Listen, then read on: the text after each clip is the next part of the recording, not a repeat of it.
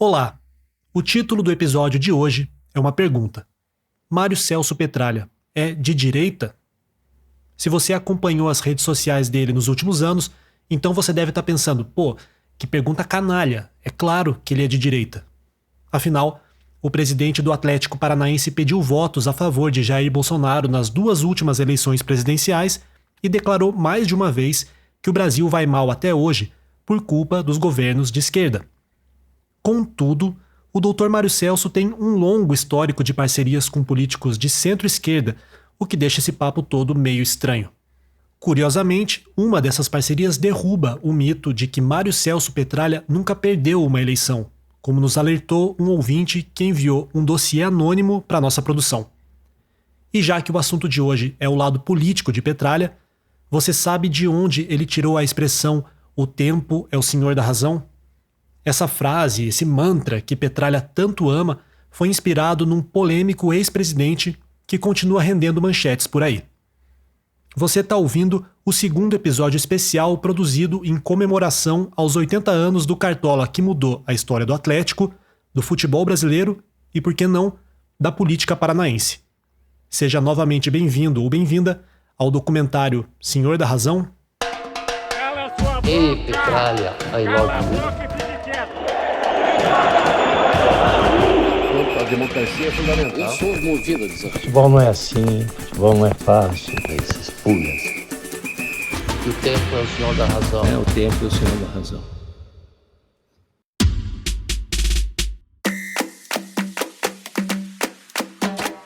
Numa medonha sexta-feira 13, em abril de 2018, a Umbro lançou uma nova coleção de camisas de futebol. A linha Nations funcionava assim. Cada time parceiro da Umbro recebia um modelo inédito em homenagem a uma seleção que jogaria a Copa de 2018 na Rússia. O Grêmio, por exemplo, ganhou uma camisa azul clara, muito elegante, que remetia à Celeste Uruguaia. Eu gostei bastante também do modelo da Chapecoense, dedicado à Colômbia. Agora, a do Atlético Paranaense foi sacanagem. A Umbro conseguiu produzir a camisa de futebol mais feia que eu já vi na vida. E 11 em cada 10 atleticanos concordam comigo. A referência era para ser a seleção espanhola, e fazia sentido. A Fúria tem cores quentes, o que deveria facilitar a harmonização com a paleta de cores do Furacão.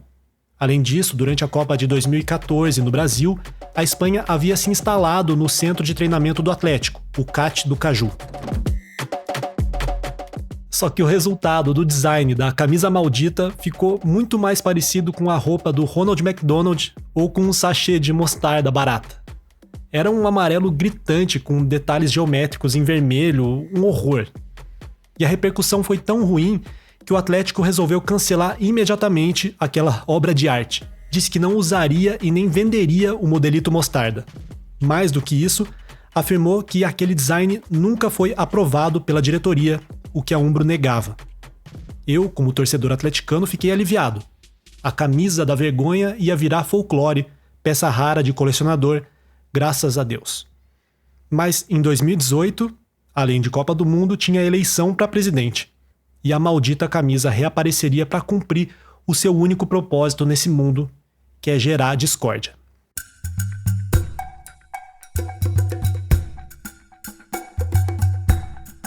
Eu não vou dar aqui uma de analista político sobre 2018, você sabe do que eu tô falando. De um lado, havia Fernando Haddad, do PT.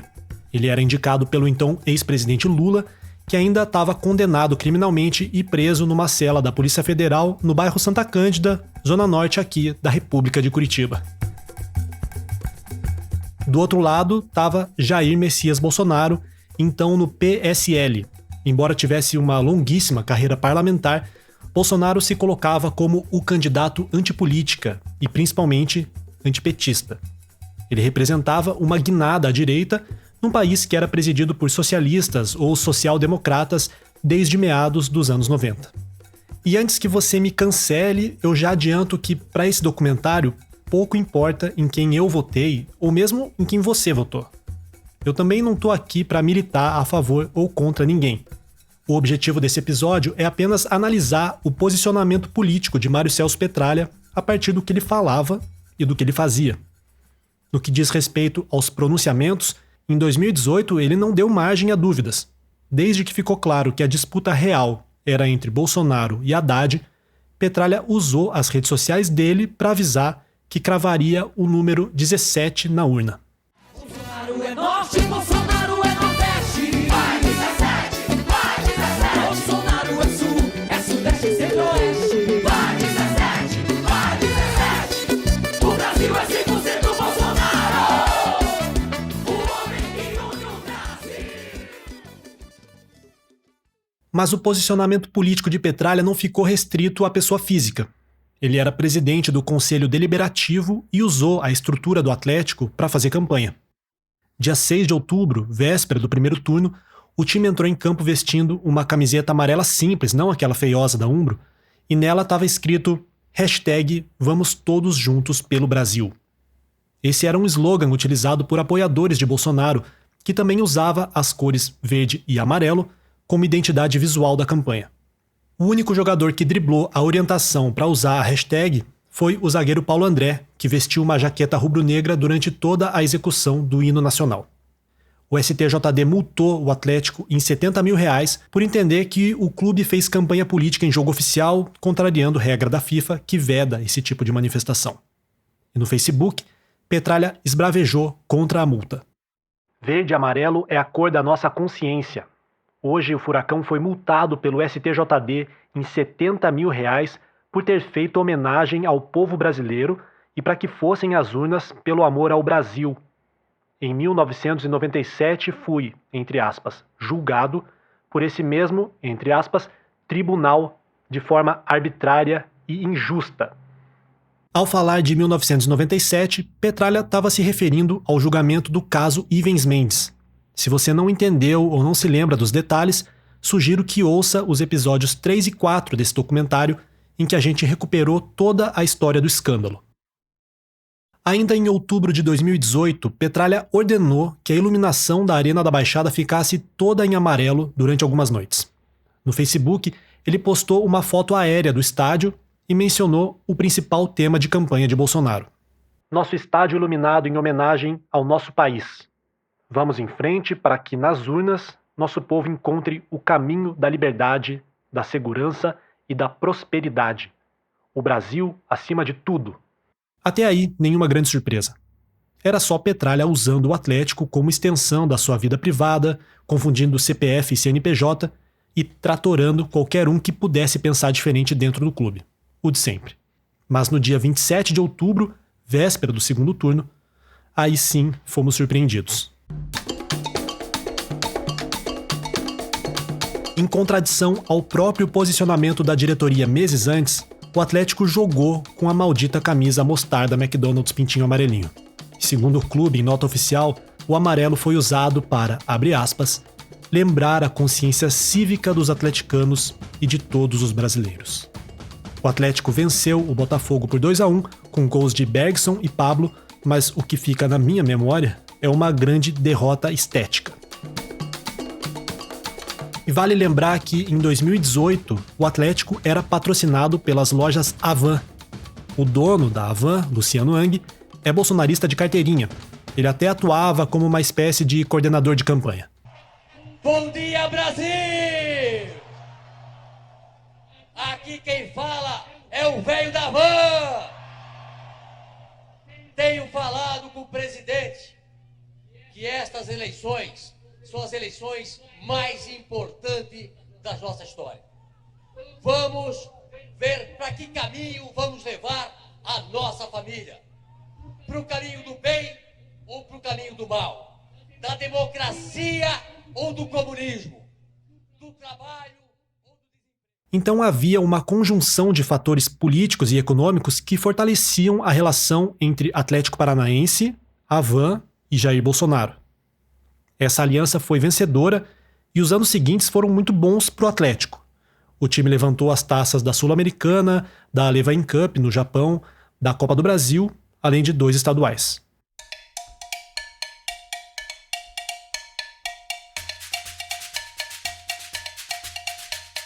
Em 2022, as coisas praticamente se repetiram, mas com algumas modificações. Lula estava #livre e de volta ao páreo pelo PT após ter as suas condenações criminais anuladas pelo Supremo Tribunal Federal. Bolsonaro tentava a reeleição, dessa vez concorrendo com o número 22 pelo PL. Tirando isso, pouca coisa mudou. Na véspera do final de semana decisivo para o Atlético e para a política brasileira, Petralha se pronunciou no Facebook. Meus caros amigos, conselheiros, sócios, torcedores e público em geral. Amanhã disputaremos a partida final da primeira divisão da América, a Copa Libertadores. Para o nosso Furacão, dia de suma importância para o nosso projeto e história. Porém, domingo teremos eleições. Não deixem de votar. O futuro do nosso país está em nossas mãos, ao contrário do jogo, que está nos pés dos nossos jogadores. A festa deixemos para depois de cumprirmos nossa obrigação de cidadãos. Sou patriota, verde e amarelo de coração. Votarei 22 e espero que a maioria dos brasileiros pensem da mesma forma. Voltar nunca mais. Deus, pátria, família e liberdade. Mais uma vez, seria uma manifestação normal se ficasse restrita ao Facebook pessoal. Mas o clube fez publicações em suas redes sociais destacando o posicionamento de Petralha. Para a tristeza do Dr. Mário Celso, que tristeza, ele saiu duplamente derrotado naquele final de semana. No sábado, o Atlético perdeu a Libertadores para o Flamengo por 1-0 em jogo único em Guayaquil, no Equador. No domingo, Lula venceu o Bolsonaro nas urnas. E o resultado político teve impacto na parceria com a Havan. Logo após o segundo turno, a rede de Luciano Hang anunciou que não renovaria a parceria com os times de futebol que patrocinava, atribuindo a decisão ao momento econômico e político do país.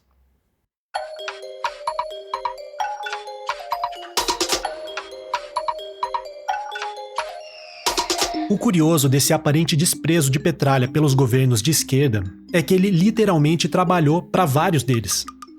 Como a gente contou em detalhes no primeiro episódio desse documentário, Petralha era unha e carne com o governador Jaime Lerner, que fez grande parte de sua carreira política no PDT. O PDT é um partido que está mais à esquerda nesse confuso espectro político brasileiro. Antigamente, o principal nome do partido era Leonel Brizola. Hoje, o maior cacique do PDT é Ciro Gomes. Que é isso? Francamente. E veja bem, se eu estiver errado, me corrija.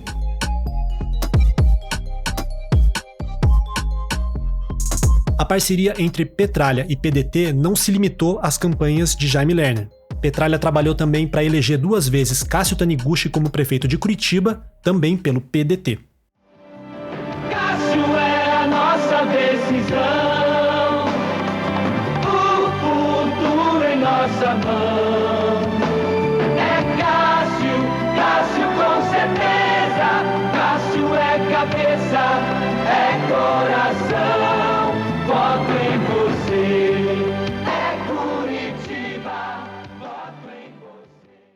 Aliás, no primeiro episódio a gente falou que Petralha sustenta a fama de nunca ter perdido uma eleição na qual ele tenha trabalhado.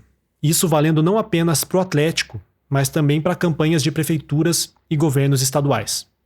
Aí, um ouvinte entrou em contato para avisar que existe pelo menos uma exceção. Usando um pseudônimo e um e-mail falso, essa pessoa mandou uma espécie de dossiê com várias fofocas sobre Mário Celso Petralha. Algumas delas foram abordadas ao longo do documentário, outras são inverificáveis ou irrelevantes. Mas a história da eleição perdida é verdade. Foi em 2010, mais uma vez trabalhando para o PDT, na campanha de Osmar Dias para governador. Votar no Osmar, votar. Voto aqui, voto lá no Osmar. Vamos Paraná, votar no Osmar. Eu conversei com o ex-senador Osmar Dias numa entrevista que não foi gravada.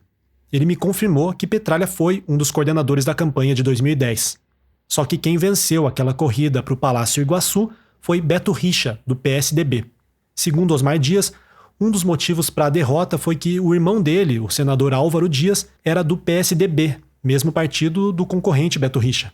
Além disso, o PDT estava numa coligação com o PT e com o PCdoB, partidos que têm uma histórica rejeição aqui no Paraná. Ou seja, se parar para analisar de forma bem objetiva, Petralha literalmente trabalhou para o PT e para o Partido Comunista do Brasil numa campanha política. E perdeu.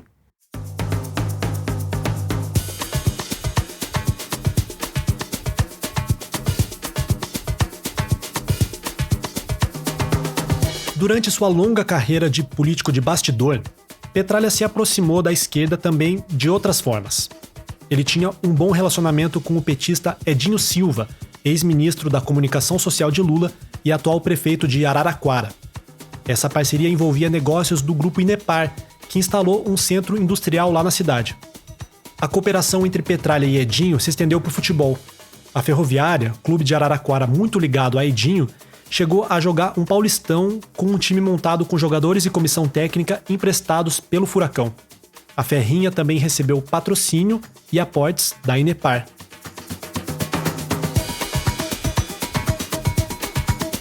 Além disso, Petralha fez muita articulação com os governos petistas para garantir que a Baixada seria um dos estádios da Copa do Mundo de 2014.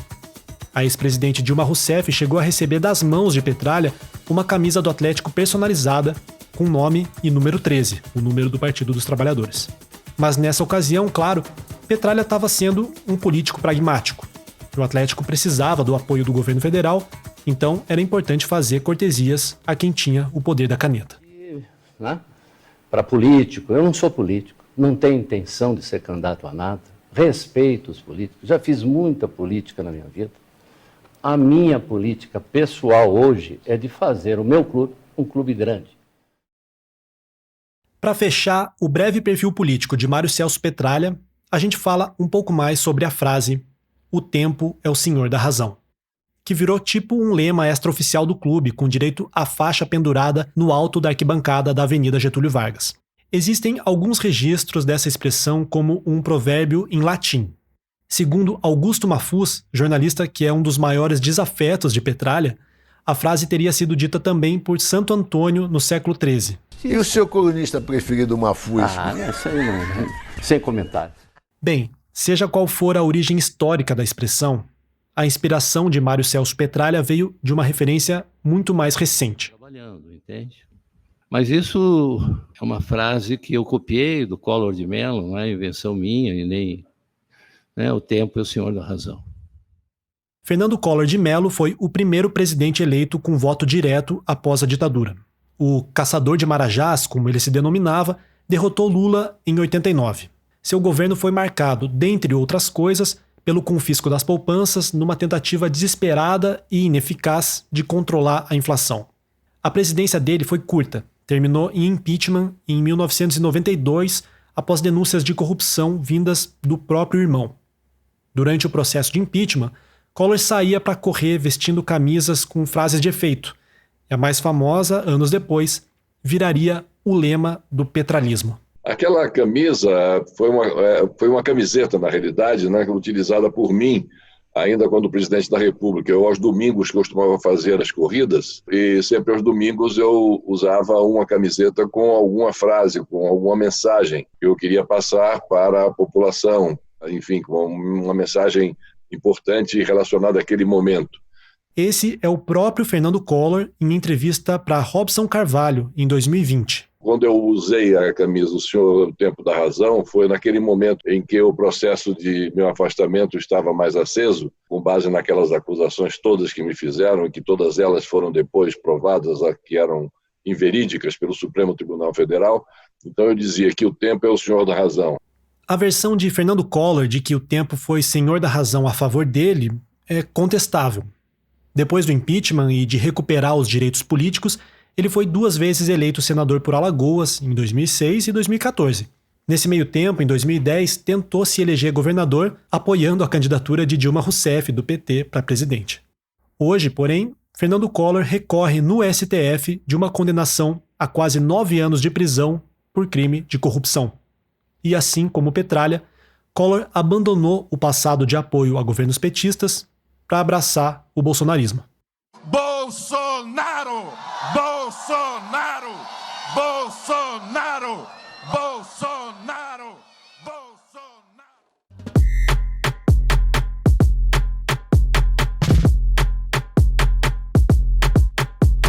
Doutor Mário Celso Petralha, seja de direita ou de esquerda, o senhor está no centrão do coração de milhares de pessoas que admiram as suas realizações.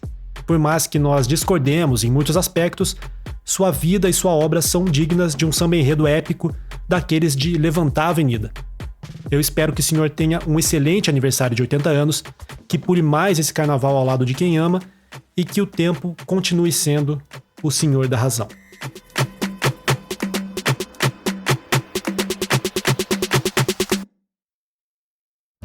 Esse documentário tem pesquisa, produção, entrevistas, locução, roteiro e edição sonora de Felipe Andretta. A revisão é da atleticana Clara Vicente, a vinheta carnavalesca foi montada pelo palmeirense Vinícius Antunes e a gente usou trilhas da Soundstripe e da Artlist, o site e a identidade visual são do flamenguista Fabrício Vinhas e a assistência de produção é do atleticano André Carneiro. Esse episódio teve áudios de Consciência Patriótica, Metrópolis, Canal Brasil, jingles de Cássio Taniguchi em 96 e Osmar Dias em 2010, Canal Mercosul, Fox Sports, Rede Furacão, canal de Robson Carvalho, Diário do Centro do Mundo. Muito obrigado e até a próxima.